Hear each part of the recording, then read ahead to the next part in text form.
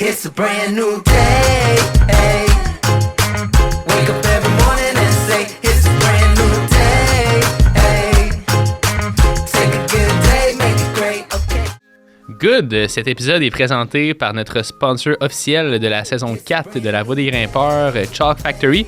Donc, pour toutes les personnes en fait qui ont des besoins de magnésie en poudre d'escalade, Chalk Factory, en fait, c'est vraiment une compagnie qui est québécoise, qui encourage justement le marché local au niveau de la poudre d'escalade.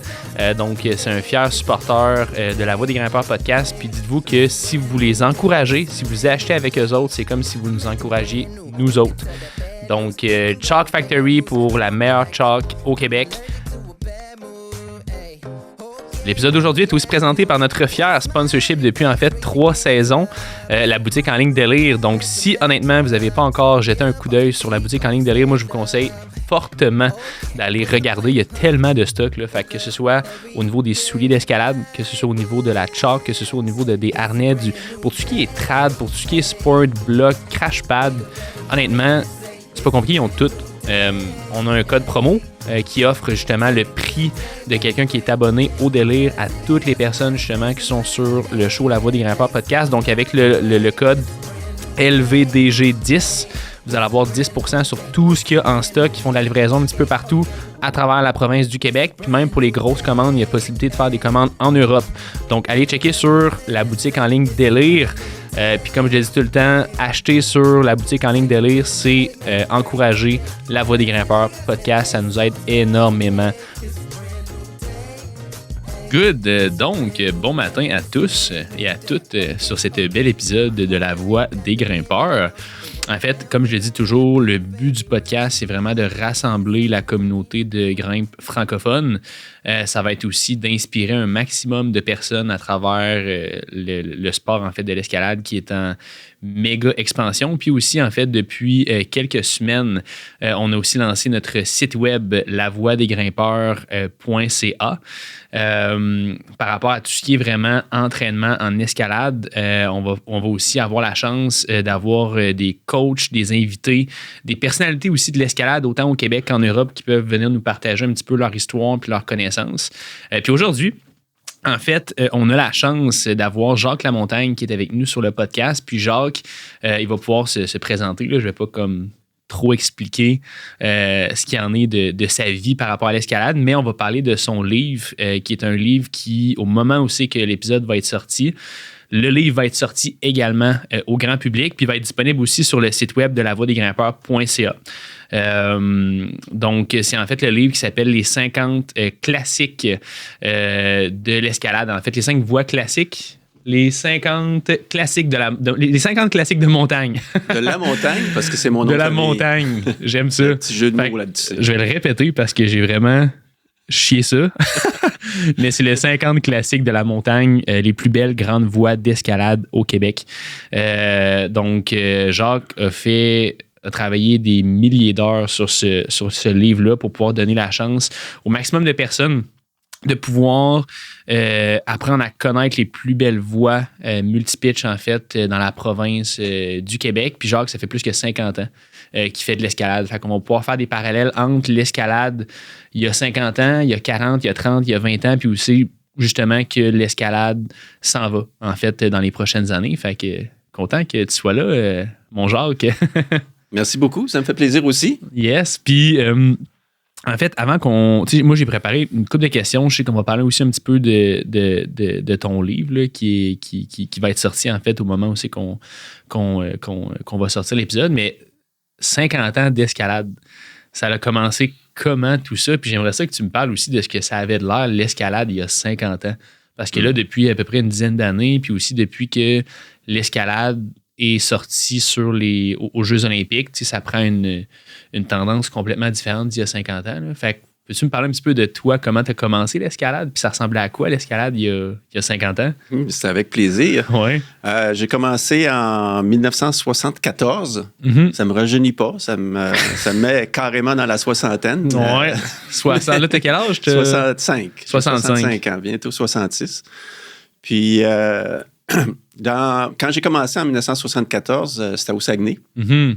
Et puis, j'étais allé à un camp d'été base de plein air, le concept de base de plein air qui existe presque plus maintenant, mais à l'époque, ça naissait comme concept. Il y avait l'escalade. Mhm. Et puis, à l'époque, j'avais 14 ans, j'étais pas gros, j'étais maigre, mais j'étais grand. Puis, j'ai réussi toutes les voies de la petite paroi où il y avait de l'escalade. Puis là, je suis tombé en amour avec ça. Ouais. Et puis, au Saguenay, il y avait un nouveau club d'escalade qui venait juste de naître avec certains des pionniers de l'escalade au Québec. Mhm. Et ma mère m'a amené à la première sortie, puis après ça, je suis tombé en amour. J'ai pogné ce que j'appelle le virus de l'escalade. Le fameux. Le fameux virus moi, je ne l'ai jamais perdu. Il y a eu des années où il était dormant.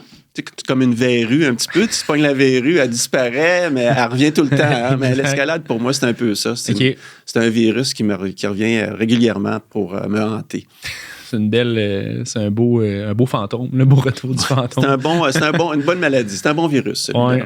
Puis ça ressemblait à quoi? Tu sais, quand tu as commencé l'escalade, en fait, est-ce qu'au Québec, tu sais, il n'y avait pas vraiment de bloc? Tu sais, je veux dire, j'imagine que c'est beaucoup plus de l'escalade traditionnelle, tu sais, niveau topo, etc., équipement, tu sais, ça ressemblait à quoi? Parce que là, aujourd'hui, tu sais, tu cherches des paires de souliers d'escalade, tu as des dizaines de marques. Tu regardes des cordes, de la craie. Bref, il y en a de pas mal toutes les couleurs. Mais dans ce temps-là, est-ce que c'était beaucoup plus homemade d'une certaine façon que maintenant? J'imagine que c'était moins encadré aussi. Peux-tu me faire un topo de ce que ça avait l'air il y a 50 ans, l'escalade? Paye-moi la vision de ce que ça ressemblait. Ouais. Ça a énormément évolué, mais moi, quand j'ai commencé, les cordes, c'était des cordes de 11 mm, 45 mètres, 150 pieds. Fait que s'il y en a aujourd'hui qui regardent les voies puis ils disent sont bien courtes les longueurs, ben c'est parce que la corde était courte, c'est pas parce qu'on voulait aller loin. Puis je me rappelle que mon premier harnais, c'était un chest harness. C'est-à-dire, au lieu d'être un harnais ou les cuisses, là, il était ici à la poitrine. À la poitrine. Fait que là, imagine, il n'y avait rien pour les jambes. Là. Fait que si tu tombais, là, c'était... Tu te faisais... ça devait couper le souffle sur un temps. Ben, tu voulais pas tomber. Non, exact, fait que c'est une époque où tomber, c'était quelque chose d'assez extrême. Puis c'est une autre raison pourquoi l'évolution des cotes s'est faite progressivement aussi, entre autres, avec l'évolution des technologies.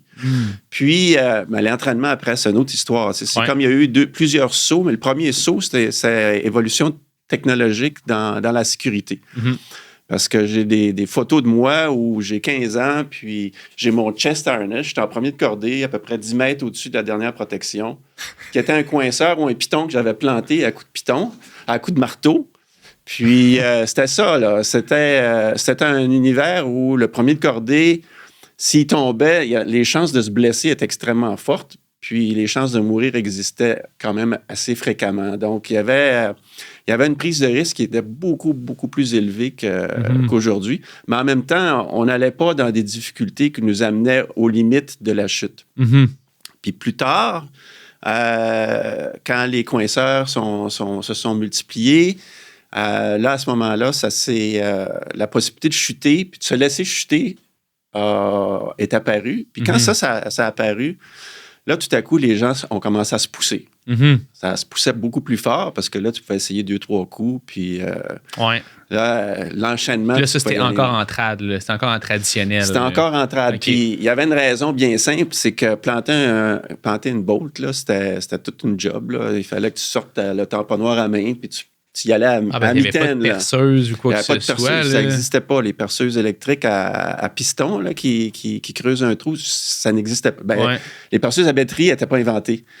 Fait que, il y avait très peu de bolts parce que toutes les bolts que tu voulais mettre, ça prenait un minimum 30 à 45 minutes ou voire 1 heure pour poser une bolt.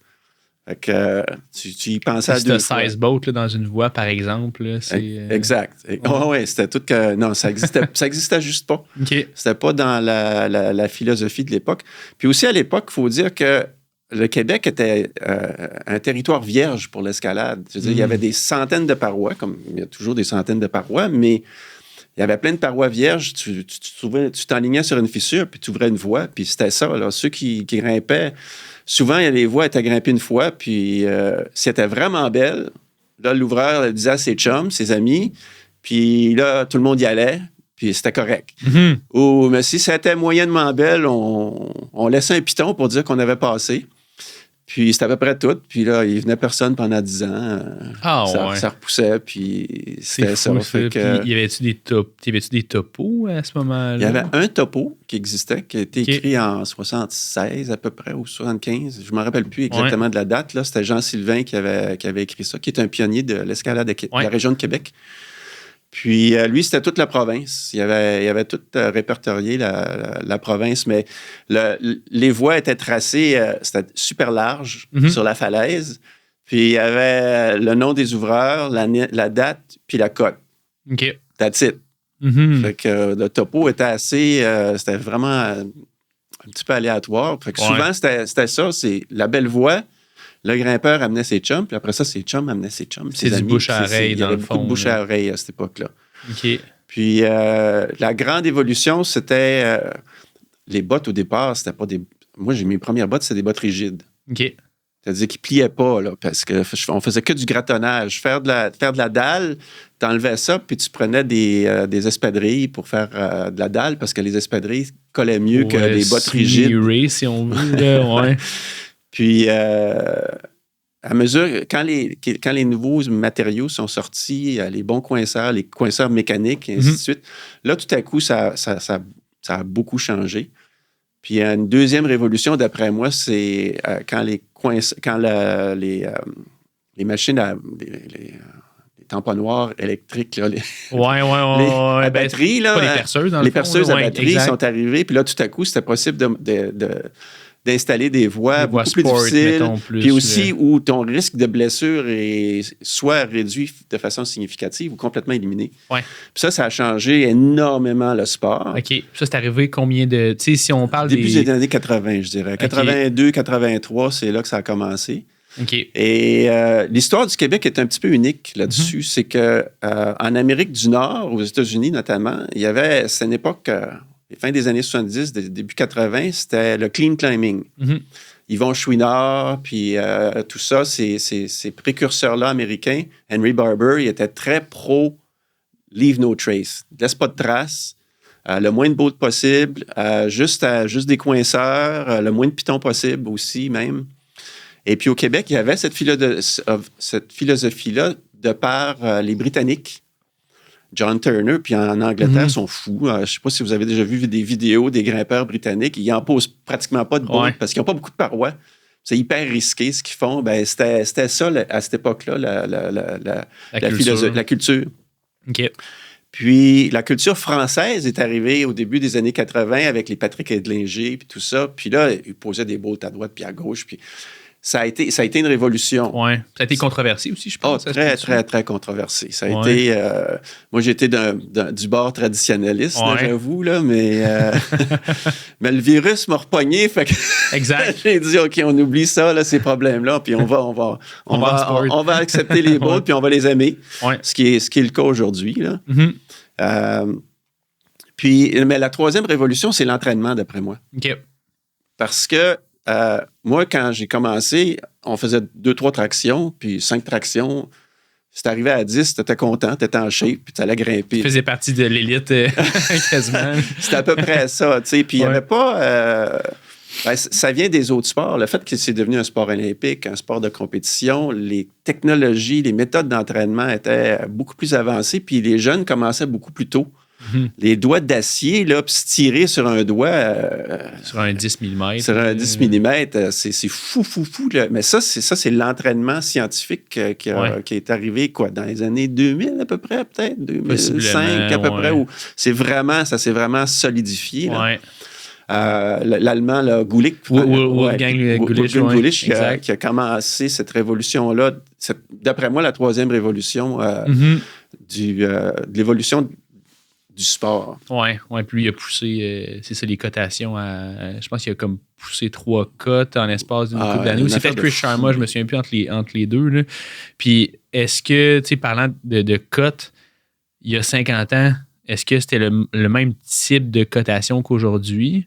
Ou ça a changé un petit peu la façon dont les gens voyaient les cotes, etc.? Quand j'ai commencé, il y avait des cotes... On utilisait les cotes européennes. Mhm. Quand j'ai commencé, c'était 4 plus, 5 moins, 5 plus, 6 moins, 6 plus. Puis il n'y avait Ouais. pas de 7, là, ça n'existait pas. OK. Même le 6 plus, il n'y en avait pas au Québec à cette Ouais. époque-là. Il y avait une coupe de voies en 6 sur la face nord de l'Aiguille, à Val-David. OK. Puis c'était à peu près tout. Là. Il y en avait une coupe au Champlain aussi, peut-être, dans Ouais. le 6. Mais ça n'existait pas. Puis avec l'influence américaine, ça a été adopté tranquillement, justement, fin 70 à peu près, les cotations à OK. Yosemite Decimal System, Ouais, là, le 5, 5, 10, 10, 5, 50, 11, etc. Ouais. puis tout ça. Donc, ça a été progressif d'un à l'autre. OK. Mais il y a eu une longue hésitation dans l'Est du Québec, par exemple, à adopter la cotation 5,8, 5,9, 5,10. Je me rappelle, le 5 plus, c'était le plus haut que Jean-Sylvain, puis d'autres de ses copains et copines ont osé mettre sur une voie. OK. Fait que ça doit faire des Il y avait des 5 plus. Des 5 plus, là, que maintenant, c'était une 5, 11 peut-être? Non, là, ou peut-être mais... pas 5, 11, mais il y a des 5, 9, puis OK. solides, là, 5, 9 plus, 5, 10 A, Ouais. qui étaient cotés 5, 7. OK. Parce que 5 plus, c'est 5, 7 théoriquement. OK. C'est pour ça, des fois, quand des grimpeurs vont grimper des vieilles voies, si les cotes n'ont pas été renommées dans le livre guide, ils ont des méchantes surprises. Ils sont raides, là. Ça va pas nécessairement facile, parce que le 5-7 de 1975-1980, c'est pas le même 5-7 qu'aujourd'hui. Là. Mhm. Ça n'a aucun rapport. OK. Ben, ils ajustent souvent. Aujourd'hui, de nos jours, les cotes sont souvent réajustées. Ouais. Mais il y a des sites où ils aiment rester... OK. Plus Dans le tough, puriste, là. mettons, là. Ah, ouais. Fait que si on regarde ça, mettons, t'avais les... Fait que les 3 plus grosses révolutions, ça a été l'équipement. Ensuite de ça, l'avenue, si on veut, du sport, des boats, etc. Puis là, après ça, ça a été vraiment plus l'entraînement. Puis aujourd'hui, Je pense que oui. Je pense que oui. C'est fou. Là. Maintenant, tu n'as plus juste le traditionnel puis le sport. Le bloc aussi, c'est rendu une discipline en soi. Ouais. Est-ce que à l'époque, à partir de quand c'est arrivé, ça, le bloc? Puis toi, est-ce que tu en as fait un petit peu ou pas? Oui, un petit peu, mais c'est... il y en a toujours eu. OK. Même en 1974, il y avait du monde qui faisait du bloc. C'était pas OK. formel. C'était pas formel. Ouais. On faisait du Il bloc. y avait des cotes? Ou pas vraiment? Non. John Gill, c'est un Américain. Il y avait une cote. Il y avait 2 cotes. 3. Il y avait V0, V1, puis V2. OK. V0, c'était facile. V1, c'était réussi. V2, ça n'avait pas été réussi. OK. C'était ça. C'était vraiment ça. Fait qu'un V2 à l'époque, là, ça C'est peut être un impossible. V8 quasiment d'aujourd'hui. On ne sait pas, mais bref. On le sait pas. Mais on faisait du bloc essentiellement de façon complètement informelle. Puis c'était pas, il n'y avait pas de coussin en bas, il n'y avait rien de ça.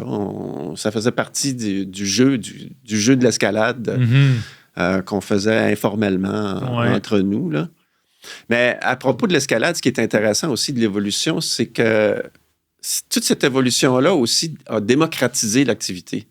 Parce que je vais être bien honnête, c'était très macho. Dans les années 70, il n'y avait pas beaucoup de femmes grimpeuses. Puis, notamment parce que la prise de risque était beaucoup, beaucoup plus élevée. Et puis, avec l'augmentation de la sécurité dans le sport, puis tout ça, ça s'est beaucoup démocratisé. Puis ça, c'est à l'avantage de l'activité. C'est tellement merveilleux aujourd'hui d'avoir que il y a les paragrimpeurs handicapés, des femmes, des jeunes, même des vieux comme moi. Il y en a de toutes les couleurs. Exact, il y en a de toutes. Je veux dire, il y a un méga bassin de population, alors qu'avant, on dirait que c'est drôle parce que moi, ce que j'avais comme idée de à quoi pouvait ressembler l'escalade il y a, on va dire, 40 ans, c'est que justement, c'était comme un sport qui était un petit peu plus pour les outsiders, si on veut. Un sport qui est pas... c'est pas un sport que tu vas apprendre à l'école ou quoi que ce soit. C'est pas comme mainstream. Exact, c'est ça. Alors qu'aujourd'hui, si tu regardes sur les réseaux sociaux, là, des gens qui font de l'escalade puis du monde qui vont juste afficher leur réussite, il y en a plein. Là, je veux dire, c'est beaucoup plus connu maintenant qu'avant.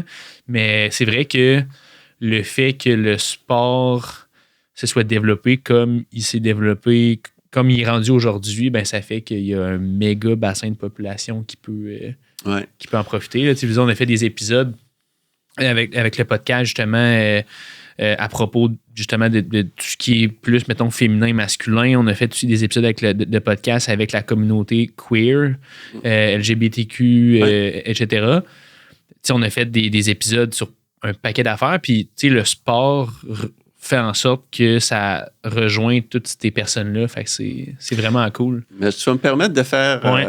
c'est pas un aparté, c'est une observation que je trouve fascinante puis qu'on a tendance à oublier en escalade. C'est ce qui rend le sport un petit peu unique. Puis ça va du bloc jusqu'à l'alpinisme.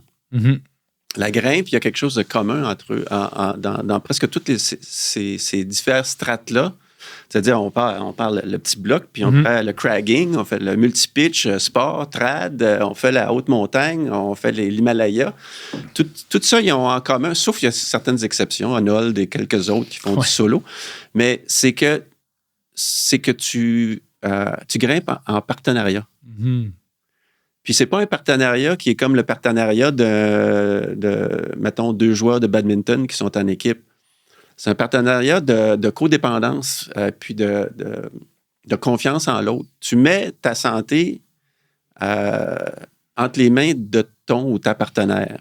Que ça soit du bloc, ben, dès que tu fais un petit peu de highball, c'est mieux d'avoir quelqu'un qui va te spotter. Puis s'il fait mal sa job, tu peux vraiment te blesser sérieusement. Mm-hmm. À l'escalade cragging, où tu vas avoir un gris-gris, où tu assures la personne si tu as mal fait ta job en gym. Puis on a vu des vidéos récemment qui ont été virales, où l'assureur de ground fall en gym. Ouais. Puis plus tu montes, plus l'importance de la cordée augmente. Fait qu'on s'en rend pas très compte, pas toujours compte, mais les amitiés de la cordée, puis ça date là, des années 1500, 1600, 17 ans. Les amitiés qu'on fait via la corde, où il y a un lien de dépendance, pas de dépendance, mais de confiance qui est créé avec l'autre, où tu mets ta santé en jeu, puis tu fais confiance à l'autre qui va prendre soin de toi. C'est unique. Là. C'est beau.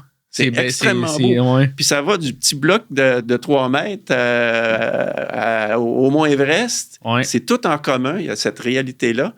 Puis moi, avec l'expérience, ce que j'ai découvert, c'est que mes plus belles expériences d'escalade, c'est moins l'escalade comme telle qu'avec qui je l'ai fait. J'ai des amitiés d'une vie. J'ai des amis qui sont décédés aujourd'hui, soit dans la montagne ou soit pour d'autres raisons. Mm-hmm. Mes meilleurs souvenirs ne sont pas les voies, c'est les personnes avec qui je les ai grimpés. Puis je pense que c'est la cordée qui fait qu'on a un lien spécial avec les... c'est serré pour ne pas faire d'un mauvais jeu de mots. Mais on s'en rend même pas compte. On s'en rend pas compte. Mais moi, avec l'expérience des années, moi, je le réalise. Je le réalise parce qu'il y en a qui sont décédés, qui sont partis. Ces souvenirs-là, ils prennent énormément d'importance. Parce que si j'ai une chose à dire à l'auditoire, c'est que l'escalade, il y a quelque chose d'unique en soi dans cette activité-là. Puis de toutes les sortes, là. Du bloc à l'Himalaya, comme je mentionnais, ce lien spécial-là, il va souvent durer toute la vie. C'est vrai. Puis là, ça n'a même pas rapport avec ce que j'avais préparé, mais de ton côté, c'est quoi, si tu avais à nommer un souvenir marquant dans tes 50 dernières années d'escalade, c'est quoi que ça pourrait être? Je te pose une colle, hein? Oui, parce que c'est 50 ans, il y en a long à faire. C'est commencé à dérouler dans ma tête, là, les différentes expériences.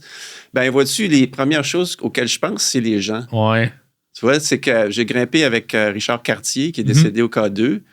Puis, on est allé faire une voie qui s'appelle Big Bang sur la Côte-Nord, à Bercy-Miss. C'est une voie extraordinaire. Elle fait 8 ans. Elle est dans mon guide en passant. Oh yeah! Disponible sur la voiedesgrimpeurs.ca. Puis, c'est une voie de 9 longueurs, je pense. Okay. Et puis, sur les 9 longueurs, en fait, il y en a 5 qui sont sport en 5-11. OK. Mais les autres sont trad. Fait que faut connaître le trad pour aller chercher les longueurs sport. Là. C'est correct.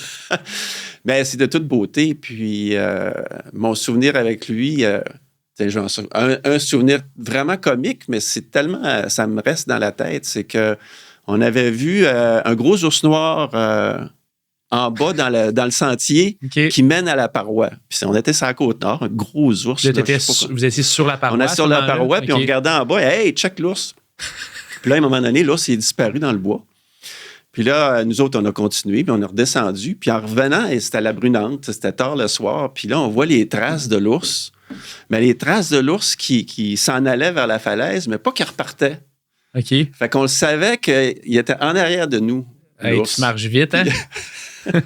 En tout cas, non, mais on faisait du bruit. Tu fais du laisse-moi bruit. dire. Ding, ding, ding, ding, ding, ding, ding. Puis à un moment donné, j'avais pris un gros bâton. Ouais. J'avais un gros bâton dans les mains. Puis là, mon ami Richard, il dit Hey, Jacques, c'est quoi cette histoire-là? Un ours de 400 à 500 livres. Je ne sais pas combien ça pèse, un ours. Ça doit être lourd, Ouais, fort tout et ce que je sais, massif. c'est que je ne veux pas le rencontrer. Non, exact.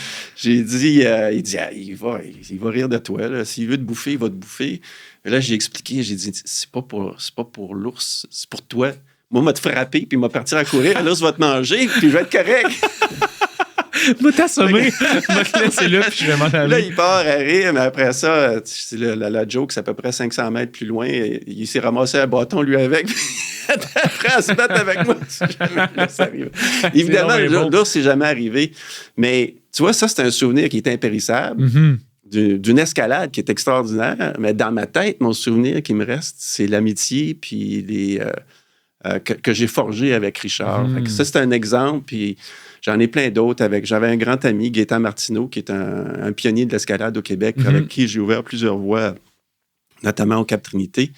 Puis je ne pourrais pas compter le nombre de fois où on a ri aux larmes. À un moment donné, on était dans la paroi.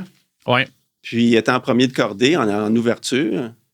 Et puis sur une dalle. OK? Il y avait les deux pieds sur la dalle. Et puis là, il arrive un gros nuage avec la pluie qui tombe. Il mouillait à torrent. Ouais. Puis je l'assurais.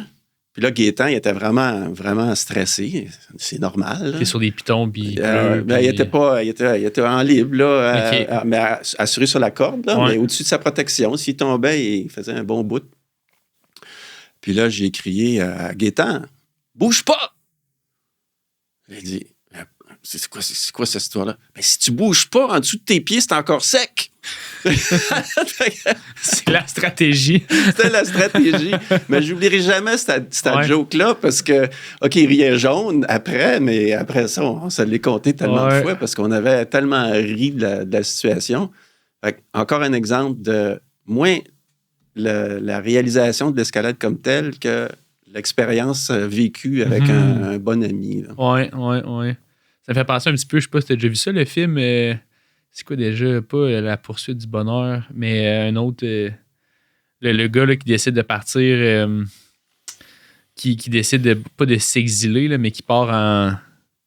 C'est quoi qu'il dit? En tout cas, il dit happiness en anglais. Il dit happiness is only real when shared. Dans le sens que le bonheur est juste vrai quand il est partagé avec quelqu'un. Puis, c'est pas nécessairement ce que tu fais, mais c'est plus le fait de le faire avec quelqu'un. Tu sais. Ça, c'est bien. C'est vraiment bien dit. C'est bien dit, hein? C'est vrai. Ouais. C'est vrai. Puis après ça, au niveau de ton livre, là, ça fait combien de temps que tu travailles sur ce chef-d'œuvre-là? J'ai commencé ça il y a 7 ans. Okay. C'est dur à croire, là, mais j'ai commencé il y a 7 ans. Puis il y a une genèse en arrière qui date longtemps d'avant ça. Il y a un livre américain qui était un best-seller de l'alpinisme en Amérique du Nord qui s'appelait 50 Classic Climbs of North America. 50 voies classiques d'Amérique du Nord. OK. Par 2 auteurs américains.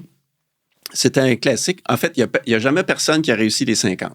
Ah ouais. Moi, ici, ils sont toutes faisables. Est-ce que tu les as toutes faites, les 50 dans ton livre? Ou pas? Non, j'en ai fait, je pense, 42 sur les 50. Mais là, les autres m'ont été recommandés par des amis. Okay. Mais en tout cas, bref, ce livre-là m'avait toujours inspiré. J'avais trouvé ça très, très cool. Ouais. Puis, j'ai vu par la suite, plus récemment, une liste des 50 plus belles voies d'escalade du Québec sur un site d'escalade qui s'appelle escaladequebec.com. Oui. Ça existe encore, le site? Oui, ça existe toujours. Ouais. Okay. Ouais. Je sais qu'il y avait quelques topos là-dessus. Ouais, il y le avait topo des topos, justement du tout Mont ça. Wright, tout ce que je vais faire d'escalade. Souvent, il était dessus. Il était là, mais, ouais. Puis, ce qu'on a... Là, j'ai perdu mon fil. On parlait des 50 voix OK, oui, que tu les avais vues. 50, Exact. ouais, c'est ça. Fait On que, est là, j'avais on est vu là. une liste des 50, puis il y en avait 8 sur les 50 que j'avais ouvertes. Mhm. Pas moi tout seul, là, avec des copains et quelqu'un, tout, ouais. là, mais je faisais partie de l'équipe d'ouverture de 8 d'entre elles. J'ai dit, bon, ben s'il y a quelqu'un qui va écrire quelque chose là-dessus, ça va bien être moi. Exact. Fait que c'est ça, il y a 7 ans, j'ai commencé à écrire. Mais c'était juste pour moi, Mhm. à décrire chaque voix, puis à ramasser des photos, puis ça. Puis il y a quelqu'un qui m'a dit, wow, tu devrais écrire un guide. Mm. Puis là, j'ai dit, ouais, un guide. Puis là, j'ai dit, je vais peut-être faire juste un PDF, puis là, pitcher ça dans la nature. Mais là, j'ai commencé à avoir des belles photos. Puis là, il y a quelqu'un qui m'a dit, écoute, vas-y old school, fais un guide écrit, parce que juste tes histoires, puis les photos qui sont dans le guide sont magnifiques. Puis c'est comme un livre de chevet. Puis en plus, ça devient quelque chose que tu vas pouvoir utiliser, les gens vont pouvoir utiliser à travers le Québec. Parce que, si je donne l'exemple des 50 plus belles voies de glace au Québec. Il y a un livre guide sur les voies de glace du Québec par Stéphane Lapierre. Fait que les 50 sont toutes dans le même livre. Mais si tu voulais faire un guide des belles voies du Québec qui en rocher, ben, il faudrait que tu ailles à peu près 20 topos différents C'est ça. pour faire le tour. Ouais. Ben là, numéro 1, ça va te coûter cher. Ben oui. Puis souvent, tu vas juste à une paroisse pour une fin de semaine. Tu vas dire, OK, je n'ai jamais allé à, je sais pas moi, Lac-du-Cap, mettons, ou Pinac. Ouais. Puis je vais une fin de semaine. C'est quoi les voies que je voudrais faire pendant une fin de semaine? Je vais-tu acheter un guide? Je vais-tu passer 2 heures à essayer de trouver à gauche puis à droite, puis à naviguer, puis trouver quelque chose qui est peut-être plus bon aujourd'hui? Ouais. Ben là, j'ai dit, je vais tout mettre ça là-dedans. Fait que là, quelqu'un qui veut faire le tour du Québec, sans aller aux États-Unis, mettons. Ouais, exact. Timing est bon, là.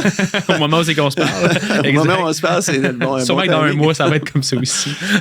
Oui, ben on espère que non, mais en tout cas, Suivre. bref, il va y avoir un guide où il va y avoir les plus belles voies, les classiques.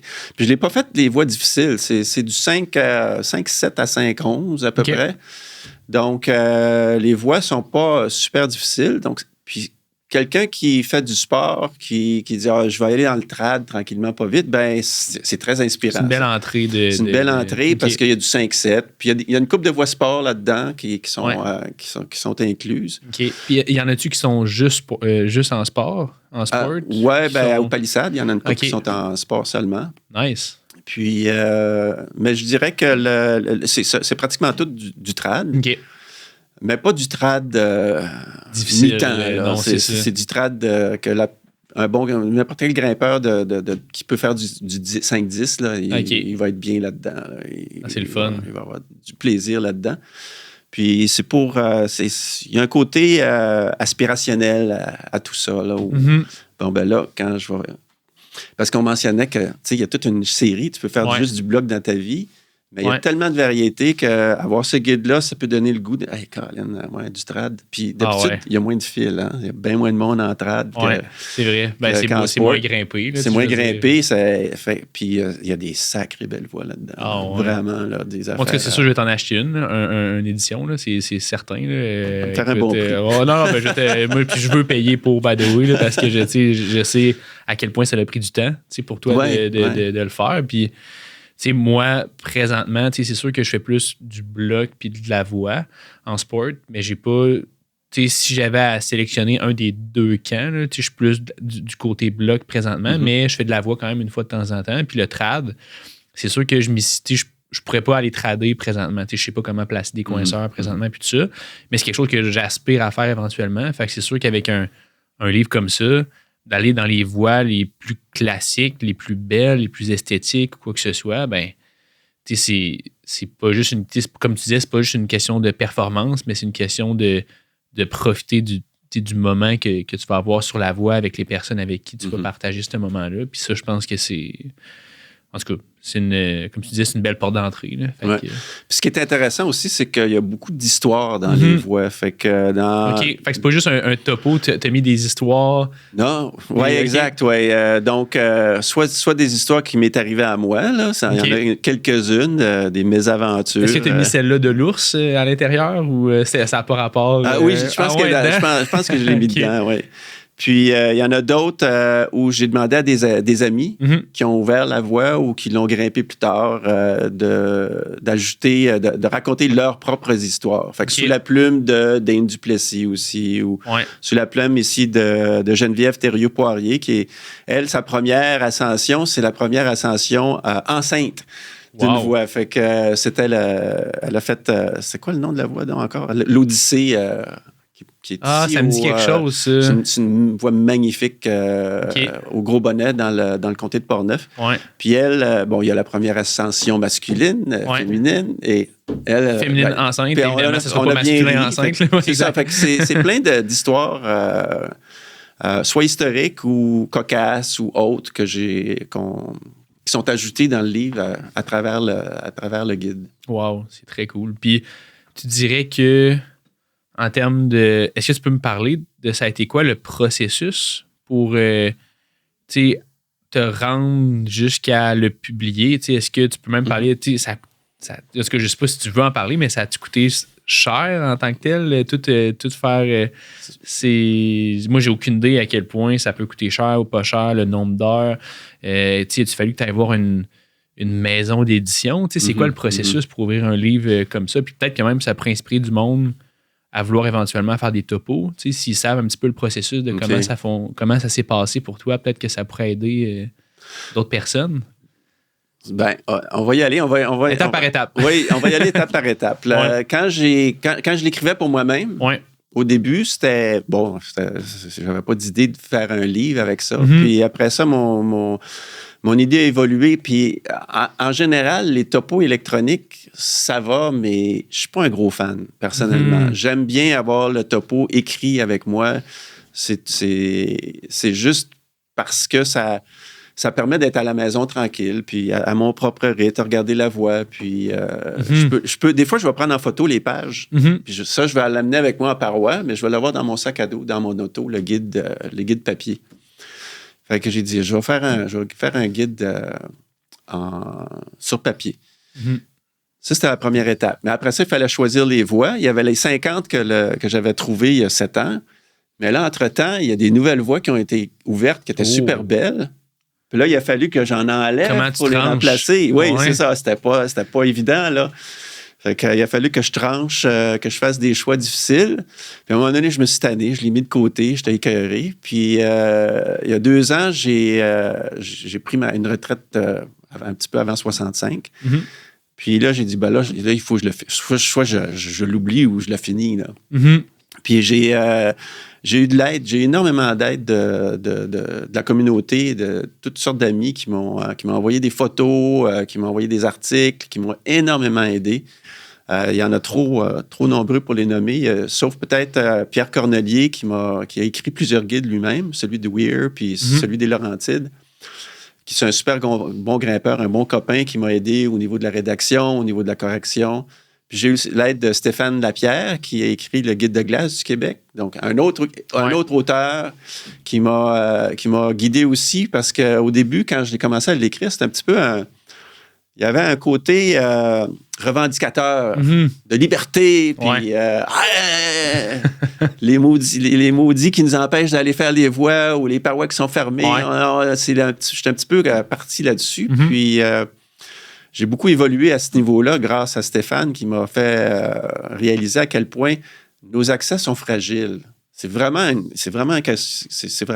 on est un peu à la merci d'un administrateur qui est de mauvaise humeur ou d'un propriétaire de terrain ou une municipalité qui décide de couper à la corde. Fait que le respect des ententes en place, c'est tellement important parce que c'est tellement fragile.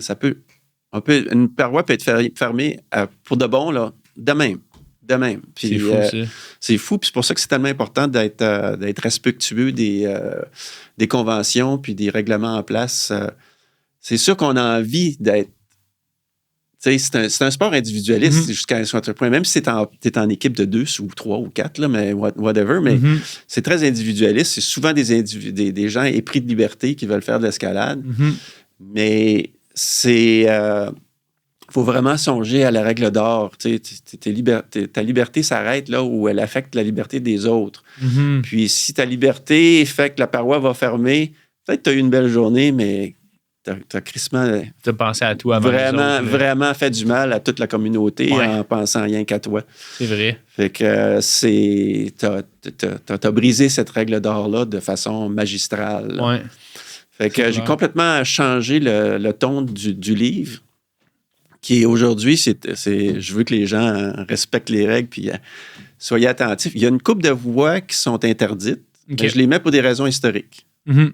Parce que je veux pas non plus que l'histoire de l'escalade se perde Mm. ou qu'elle s'efface. Parce que je veux effacer l'histoire, c'est quelque chose qui est une erreur terrible à faire. Ouais. Il faut s'en souvenir de ce qui se passe, de ce qui s'est passé dans l'histoire.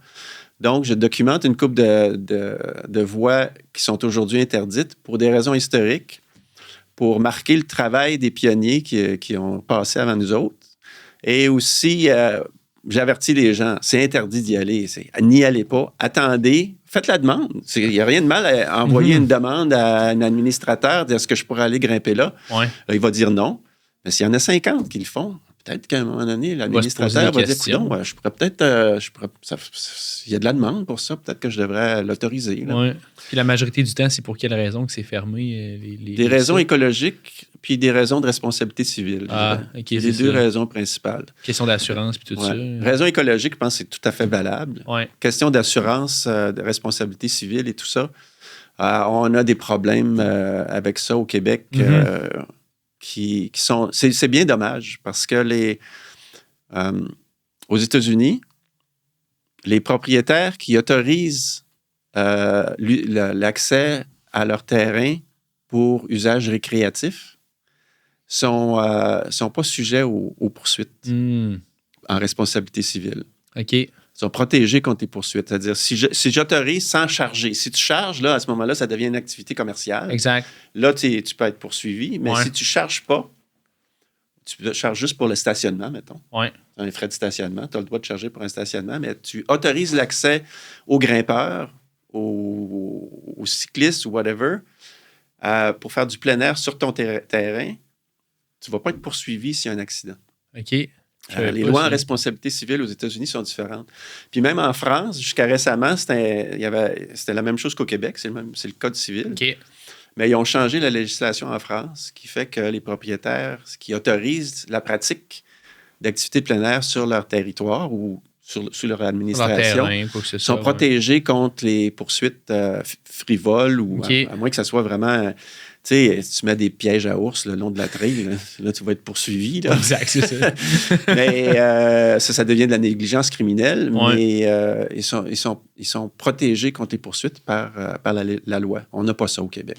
OK. Peut-être qu'un jour, on va l'avoir, mais là, aujourd'hui, on l'a pas. Fait que quelqu'un au Québec, tu sais, si quelqu'un se plante sur le terrain de quelqu'un. Il y a toujours cette possibilité-là. Ça arrive pas... c'est pas quelque chose qui arrive, parce que tu as quand même la responsabilité de tes actions, Mhm. mais... les gens peuvent dire, peut être limite, là, ouais. des avocats peuvent dire, écoute, poursuis, on ne sait jamais, ils vont peut-être OK. te donner de quoi. Là. Fait que Ouais. le propriétaire, il dit, j'aime autant pas. Ben, la Fédération québécoise de la montagne, grâce à ses assurances, offre cette protection-là. Heureusement. Exact. Heureusement. C'est ça. Ben, si tu sors des parois de la FQME, you're on your own. C'est ça. Tu vas, si À tu tes te blesses, risques et c'est périls, tes là, risques dans et le fond. périls. là.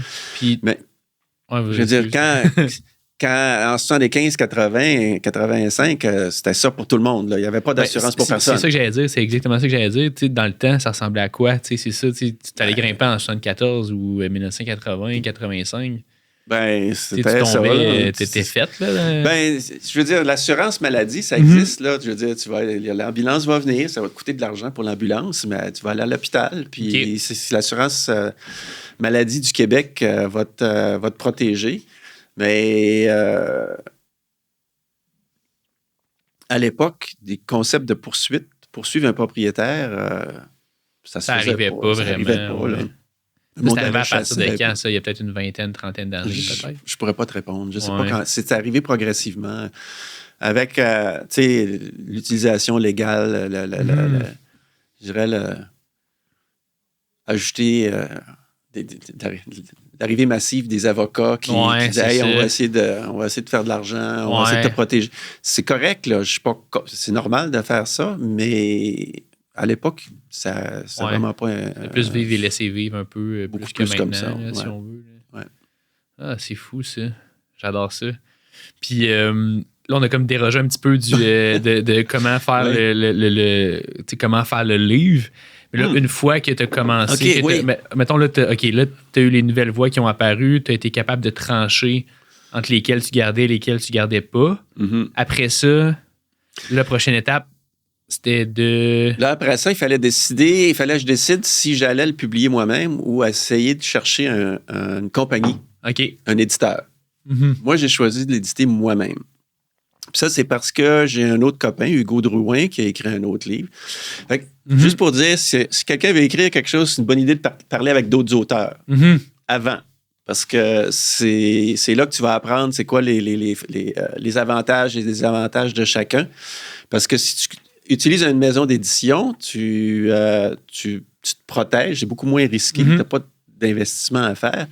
Mais l'argent que tu vas faire, les revenus que tu vas faire, Ils prennent un pourcentage, j'imagine. un gros pourcentage. Là. Ouais. Il va te rester quelques dollars pour un livre. Puis, mettons, 4-5 piastres ou quelque chose comme ça par livre vendu, ou 3 puis 4 piastres. Mais, je veux dire, si tu dépenses... moi, j'ai peut-être mis 1500, 2000 heures là-dessus. Là. Ouais. Ça fait pas cher de l'heure. Là. Hey, Mais c'est 1500, 2000 heures. Là, c'est... Tu fais pas d'argent avec ça. C'est pas quelque chose pour faire. C'est vraiment à redonner à la communauté. Ouais. C'est vraiment une grosse proportion de de cet effort-là. C'est vraiment c'est pas du bénévolat, mais c'est si j'en fais pas beaucoup, parce que moi, je me suis publié moi-même. Mhm. Fait que là, c'est l'imprimeur que j'ai payé là, à l'avance, là, un bon paquet d'argent. Je ne sais Ouais. pas combien, mais ça va être... c'est quand même salé. Là. C'est quand même salé, oui. OK. Puis, mais quand j'en vends un, ben là, quand j'en aurai vendu un certain nombre, je vais être à zéro. Mhm. Puis là, après ça, je vais commencer peut-être à faire un peu d'argent. Mhm. Mais je suis même pas sûr si je vais en vendre tant que ça. Tu sais. Il faut Ouais. que j'en vende, je pense, au moins 500 pour OK. pas être... Pour pas être dans le trou, mais là, ça veut dire que mes 2000 heures vont avoir été payées zéro. Exact, c'est ça. Non, je comprends. Ouais. Mais en fait, si c'est ça qui arrive, tant pis. Je veux dire, c'est pas mon objectif, c'était pas pour faire de l'argent. Mon objectif, c'était pour populariser les plus belles voies du Québec, encourager les Québécois à visiter le Québec, puis à explorer nos plus belles voies, puis à encourager les grimpeurs de gym à aller explorer à l'extérieur, ou ceux qui font que du sport, à dire « Hey, coudonc, il y a des belles affaires en plus, là, peut-être que je devrais aller prendre un petit cours de trad là, pour aller faire ces affaires-là. » Exact, oui. Fait que c'est ça, c'est vraiment... c'est un job d'amour, là, écrire un guide. Ouais. Puis c'est pas... à ma connaissance, il y a personne, il n'y a pas aucun auteur qui va faire fortune avec ça. Non, là. c'est ça. C'est tellement spécialisé en plus. Là. C'est vrai. Tu sais, je veux dire, quelqu'un qui écrit un topo d'escalade, tu sais, il le fait pour la communauté, pas pour faire de l'argent avec ça. Là. Mais tu sais, toi, ce qui est le fun, c'est que tu m'as parlé que hier ou avant-hier, tu avais quasiment vendu une vingtaine de livres en une journée. Oui, j'étais à Rimouski. C'est quand même cool, ça, de voir au moins qu'il y a un intérêt, puis de voir que les gens... Tu sais, je pense aussi que la communauté d'escalade, c'est quelque chose qu'on est super... on est très tissé serré, puis on veut aider, justement, les autres grimpeurs. Puis aussi, je pense que c'est quand même quelque chose qui est spécifique à notre sport, à l'escalade. Là, fait que, ouais. J'adore ça. Oui. Ben, c'est ça. Là, j'ai eu d'autres aides aussi, par exemple, parce que j'ai écrit. J'ai pas écrit toutes parce que, comme je dis, il y a des encores que c'est des amis ou des copains ou d'autres ouvreurs qui les ont ajoutés, mais 90%, c'est moi qui l'ai écrit. Mais j'ai été inspiré par les topos d'autres parce que ça aide un peu. Moi, je me souviens pas par cœur toutes les voies que j'ai grimpées. Il y en a que j'ai juste grimpé. La dernière fois que je l'ai grimpé, mettons, une voie, c'est peut-être il y a 40 ans. Exact. C'est très flou dans ma tête. Fait que j'ai été aidé à ce niveau-là. Et puis, au niveau de la mise en page, j'ai été aidé par quelqu'un qui s'appelle David Marsh, qui m'a aidé au niveau de du visuel, etc. Du visuel, qui m'a donné un peu des tips, mais c'est ma mise en page aussi. Okay. Mais il faut dire que j'ai un petit background en marketing. Ouais. Fait que je connais un peu la mise en page, je connais un peu le graphisme. J'ai fait un petit peu de photos amateur. Fait que tout ça avec ça a comme abouti ensemble. Ouais. Là. Fait que c'est vraiment cool pour ça. Là. Wow. Puis là, du moment aussi que tu as vraiment terminé le livre, ça a-tu été long de commencer? Tu sais, en ce moment, c'est où que les gens peuvent l'acheter? Tu sais, à part sur notre site web à nous autres. Ouais. C'est où qu'ils peuvent le trouver? Est-ce qu'il y a de la livraison? Tu sais, est-ce que c'est compliqué à organiser tout ça? Ben là, je fais juste commencer, en fait. Ouais. Mais j'ai un site web, Mhm. 50classiques.com. OK. Donc, 50classiques.com, c'est un endroit où tu peux le commander. Mais moi, je vends juste un livre. Mm. Fait que Exact, je c'est charge ça. cher pour la livraison. Fait que Ouais. c'est moins payant. Exact, c'est ça. Puis, ça coûte un petit peu plus cher pour ça. Donc, il y a d'autres partenaires comme toi qui pourraient, quand tu regroupes ensemble, ça devient une meilleure, Ben oui, plus rentable C'est sûr. pour celui qui prend la commande. Ouais. Et puis, je vais commencer à le rendre disponible dans certains gyms de plus en plus. Il y a des gyms comme le Ricky Gym à Rimouski. Puis là, je vais avoir d'autres gyms qui vont l'avoir en stock. Ben oui. Puis après ça, on verra. Ben, juste d'en avoir dans les gyms, puis d'avoir, mettons, un site comme le nôtre qui peut le distribuer. Le fait aussi d'apparaître sur un podcast comme ça, ça peut donner l'idée à beaucoup de personnes de vouloir l'acheter autant pour encourager la communauté, mais aussi parce que c'est quand même une partie de l'histoire de l'escalade au Québec qui est dans ce livre-là. Fait que c'est très nice. De toute façon, toi, tu vas faire partie de l'histoire de l'escalade au Québec aussi. J'espère. Tu t'en rends peut-être pas compte aujourd'hui, mais quand tu vas avoir 65 ans, tu vas coudonc, j'étais là, moi. Puis, J'espère. j'avais le premier podcast, c'est celui qui est. Puis... Ouais. Effectivement. Good. Je me souviens aussi qu'avant qu'on commence le podcast, là, ça a moins rapport un petit peu avec le livre, mais présentement, toi, ta pratique d'escalade, Oui. là tu as 64 ans, c'est ça que tu me disais? 65. 65. 66, oui.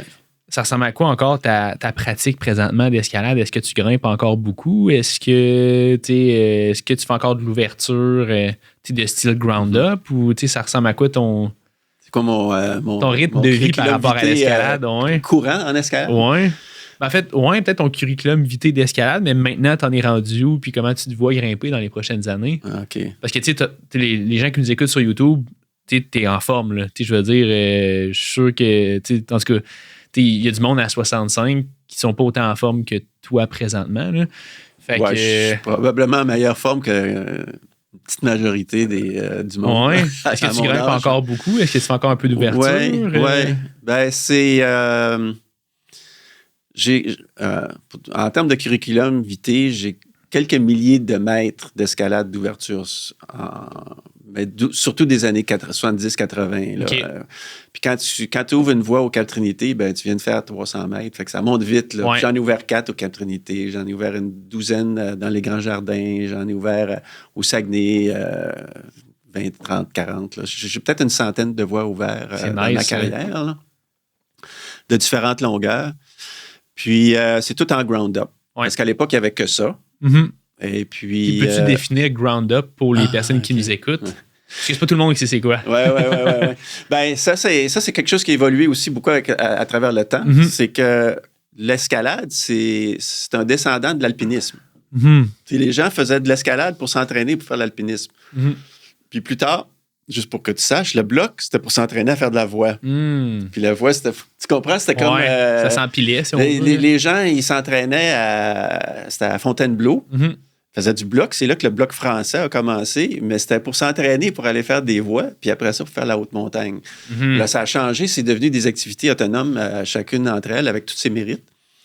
Mais le principe de base, c'est que tu ne te fais pas poser en hélicoptère en bas d'une montagne, en haut d'une montagne, pour la descendre en rappel, pour la nettoyer, puis la regrimper.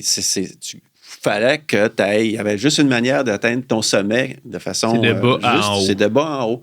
Fait que le principe d'ouverture de bas en haut, en ground up, de ground up. Traduction française. Voilà. À vue. C'est grimper. À vue, ouais. Mais ouverture à vue. En falaise, c'était la même chose. Dans les années 70, c'était criminel. C'était carrément là. Tu allais être au pilori. Là. Si jamais tu faisais un rappel, puis tu nettoyais, puis tout ça, c'était ça. Mais il y avait un avantage, c'est qu'il n'y avait pas beaucoup de voies. Fait que nous autres, on montait des fissures. On pouvait deviner que ça allait probablement passer. OK. Mais il y a quelque chose de magique dans l'ouverture à vue, c'est que tu es le premier à passer. Ça fait des millénaires que la paroi est là, puis il n'y a personne, il n'y a pas un humain qui a passé avant toi. Puis à mesure que tu montes, tu découvres. Puis quand tu nettoies une petite fissure, là, ou tu enlèves une roche, il y a personne, tu sais qu'il n'y a personne d'autre qui a passé. Fait que c'est vraiment de la découverte. Puis ça, c'est assez magique. Puis ça arrive rien qu'une fois. Parce que dès que tu as descendu en rappel pour nettoyer, préparer, ça, c'est fini. Parce que tu le sais par où ça passe. La petite prise, la petite crimp, là, tu l'as spoté en rappel, tu l'as peut-être même marqué avec ta craie.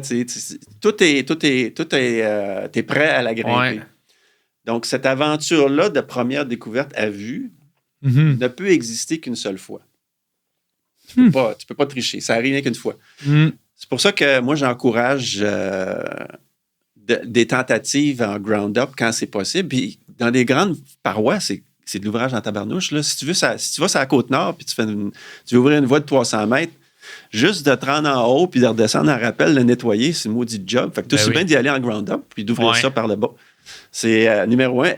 En termes d'éthique ou de style, c'est un beau style. Là. C'est très traditionnel. Là. C'est très traditionnel, mais pas juste une question de tradition. C'est esthétiquement, c'est très cool parce que ta découverte est en chemin. Là.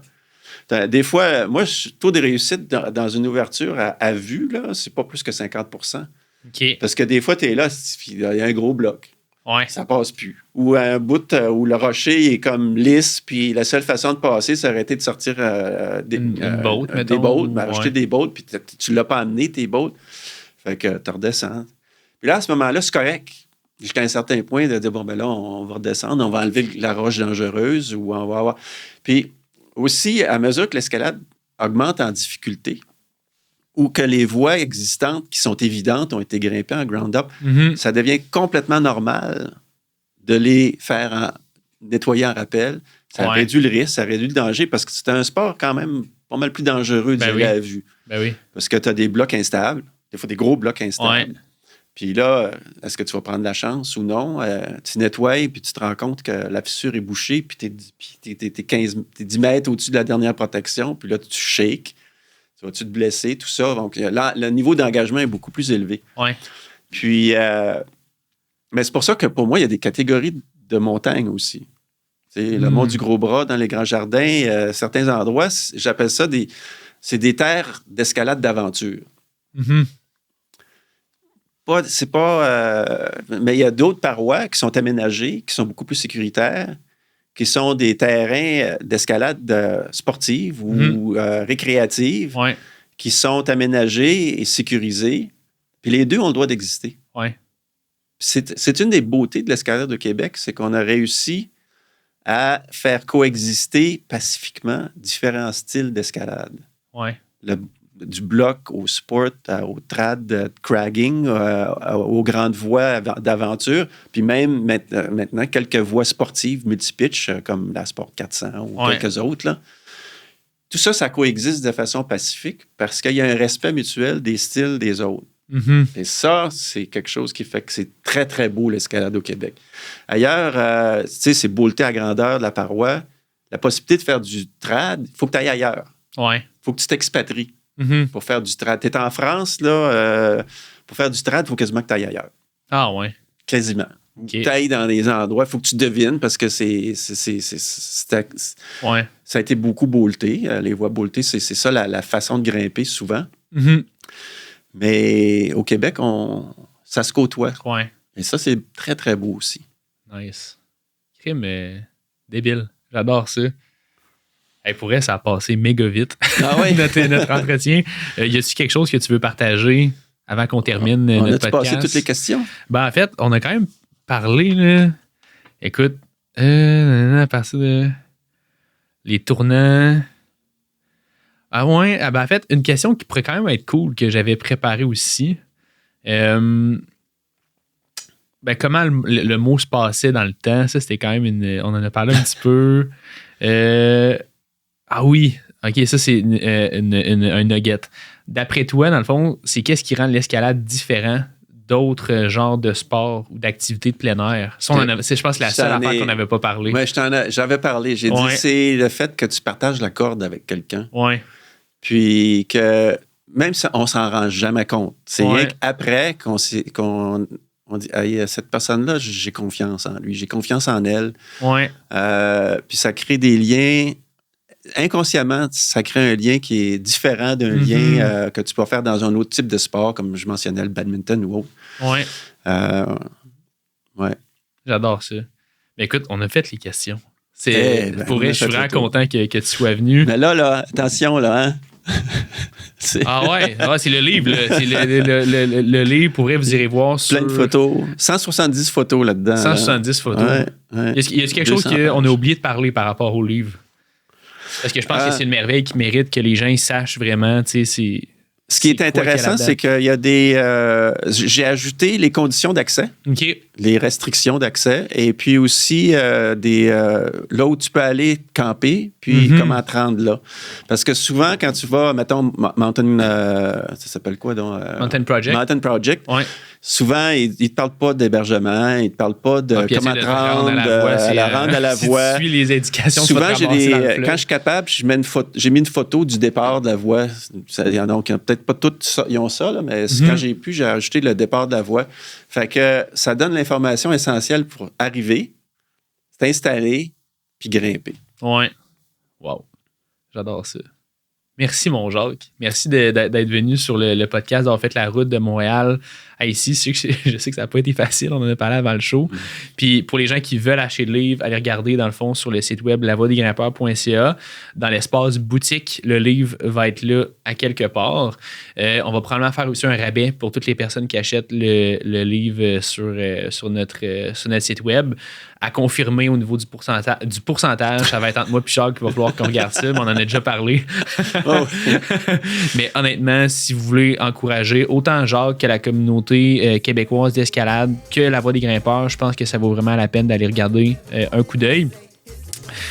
Puis si vous ne l'avez pas encore fait, partagez ce podcast-là au maximum de personnes. Merci Jacques d'avoir pris le temps d'être là. Puis, c'est moi qui te remercie de m'avoir accueilli aujourd'hui. J'apprécie énormément. J'apprécie aussi les gens qui prennent le temps de vous partager ce podcast-là. C'est une belle expérience.